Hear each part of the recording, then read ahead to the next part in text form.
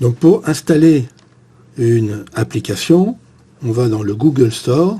C'est un magasin d'applications que Google a créé et regroupe des applications qui viennent de développeurs de toute origine, mais il fait un certain contrôle pour éviter les virus et les malwares, tout ce qui risque de vous créer des problèmes.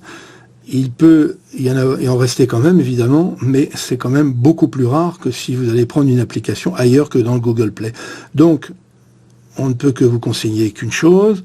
Dans le système Android qui appartient à Google, Google Play a fait un magasin qui regroupe la plupart des applications connues pour Android, et c'est un lieu quand même sûr d'approvisionnement. La plupart du temps, quand j'installe une application, pour moi, c'est une application qui m'a été recommandée par quelqu'un que je connais, par une relation qui m'a dit du bien, ou par un magazine qui me l'a conseillé. Et dans le cas d'un magazine, je me méfie quand même, et je vérifie un certain nombre de choses que je vais vous montrer. Évidemment, le Google Play contient tellement d'applications gratuites et d'applications pas très chères, qu'on pourrait très vite remplir son téléphone d'applications inutiles. C'est pour ça que je vous expliquais tout à l'heure qu'il fallait mieux prendre un cahier dans lequel vous notez les applications qui existent, les applications que vous chargez, de façon à ne pas oublier de les désinstaller quand vous ne vous en servez pas.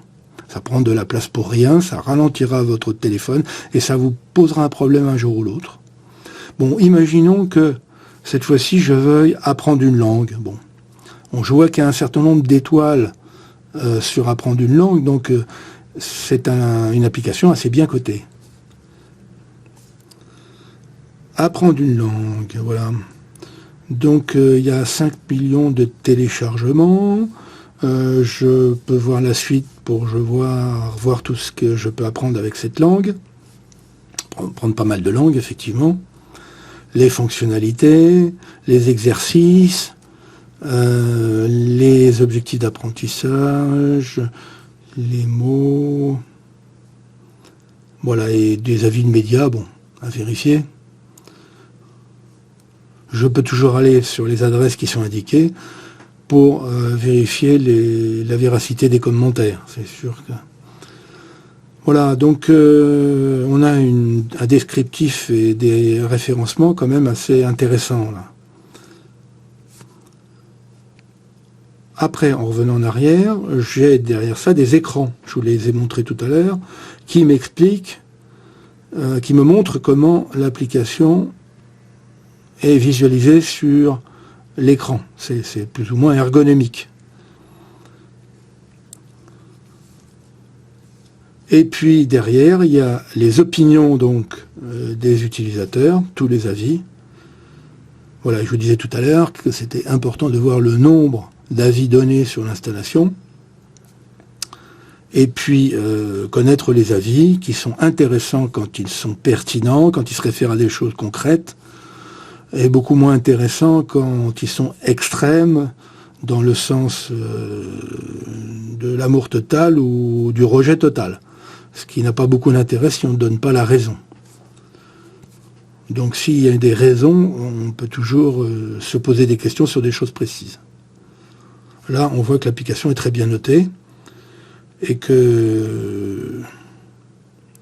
Bon, à part l'option arabe n'est pas encore mise, apparemment ça pose un problème à pas mal de personnes qui ont essayé de l'utiliser.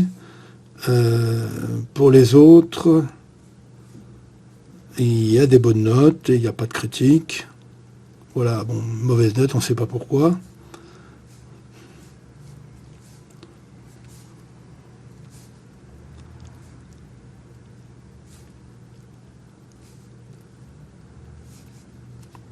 Non, il n'y a pas beaucoup de commentaires quand même très éclairants.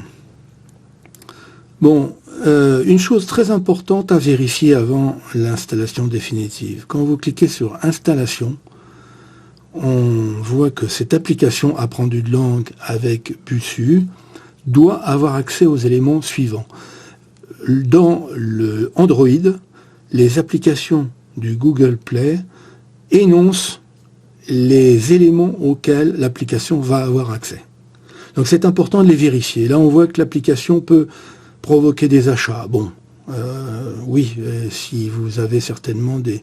Il doit y avoir des options derrière la première version gratuite, il y a toujours des options payantes. À vous de savoir ce que vous voulez. Cette application prend votre position. C'est fréquent et c'est pas une chose pour laquelle on peut trop se formaliser. Les photos, les contenus multimédia sont évidemment utiles pour une application qui doit certainement manier des vidéos et des photos, ainsi que la caméra. La connexion Wi-Fi aussi, puisque souvent on a besoin pour des téléchargements plutôt du Wi-Fi que des données, comme je vous l'avais expliqué. Donc ce semble être des éléments cohérents avec la nature et la destination de l'application. Si cette application vous demandait par exemple d'accéder à votre liste de contacts, alors là, à mon avis, il y a quelque chose de malsain. Puisque si cette application veut prendre votre liste de contacts, on se demande pourquoi faire, puisqu'elle est destinée à vous apprendre une langue et pas à communiquer avec vos contacts. Si l'application de la même façon veut aller voir ce qui se passe dans vos mails, c'est pareil, c'est un espionnage tout à fait indu. À vous, à ce moment-là, de ne pas cliquer sur l'application et de refuser d'installer cette application. Tant pis, il faut faire des choix, ou vous faites piller vos données par des applications qui n'auraient pas de raison d'aller chercher ces renseignements, ou vous refusez d'installer cette application. Évidemment, quand on installe un logiciel de messagerie, par exemple Gmail, il ne faut pas s'étonner qu'il vous demande l'accès aux contacts et aux mails. C'est sa nature même de gérer ces éléments-là. Bon. Donc, à vous de savoir et de vérifier la cohérence entre les éléments auxquels a accès l'application, ou demande l'accès d'application, et la destination de l'application. Est-ce que c'est cohérent ou est-ce que c'est abusif? C'est une bonne question à se poser. Si on est d'accord, eh bien à ce moment-là, on accepte et ça entraîne le chargement de l'application. Bon, moi, c'est pas mon but, c'est de la charger, donc j'arrête l'installation. Voilà, donc vous pouvez installer les applications qui vous intéressent, dont elles vous ont été recommandées, vous y voyez l'intérêt et vous avez fait les contrôles dont je viens de vous parler. Voilà, je suis à votre disposition pour les questions. À bientôt.